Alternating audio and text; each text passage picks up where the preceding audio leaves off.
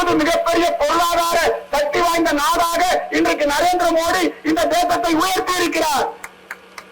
எல்லாம் 2 நாடு குண்டு வீசிக்கிறோம். ஈரான், ஈராக், நீங்க பாக்குறீங்களா, உலக யுத்தம் வந்திருக்கிறோம். எல்லா நாட்டிலையும் பெட்ரோல் இல்ல, டீசல் இல்ல, சமையல் எரிவாயு இல்ல. ஆனால் நம்முடைய இந்திய தேசத்துக்கு எவ்வளவு பெரிய மதிப்பு பாருங்க. அந்த கடல்ல மத்த கப்பல் போனா குண்டு போடுறான். ஆனா இந்திய நாட்டு கப்பல் வந்தா கதவை திறந்து வழிவிட்டு இந்தியாவுக்கு இன்னைக்கு நேரடியாக நமக்கு பெட்ரோல், டீசல் எல்லாம் கிடைக்குது. நரேந்திர மோடி ஆட்சியில நாடு முழுக்க டிஜிட்டல் மயம். அந்த காலத்துல மணி ஆர்டர் அனுப்பணும், இப்பெல்லாம் செல்போன்லயே.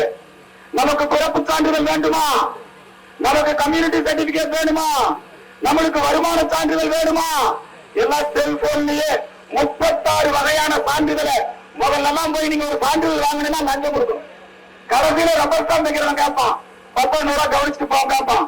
ஆனால் எடப்பாடி நம்முடைய நரேந்திர மோடியுடைய ஆட்சியில இன்றைக்கு நாம எல்லா சான்றிதழ்களையும் எந்த விதமான லஞ்சமும் இல்லாம நேரடியாக நம்முடைய செல்போன்லயே கிளாஸ் புக் எடுக்கலாம், நம்முடைய செல்போன்லயே பண பரிமாற்றம் பண்ணிக்கலாம். தக்காளி வாங்கலாம், நேரடியாக நாம அவங்களுக்கு பணத்தை கொடுக்கலாம். மளிகை கடையில இந்த டிஜிட்டல் புரட்சி, இந்த உலகத்திலேயே அதிகமான மக்கள் இந்த யூபிஐ நம்முடைய டிஜிட்டல் புரட்சியிலே ஈடுபட்டு இன்றைக்கு பண பரிவர்த்தனையிலே மிகப்பெரிய ஆட்சியாக இன்றைக்கு இந்தியா இருந்து கொண்டிருக்கிறது. இதெல்லாம் நரேந்திர மோடியினுடைய நல்லாட்சி.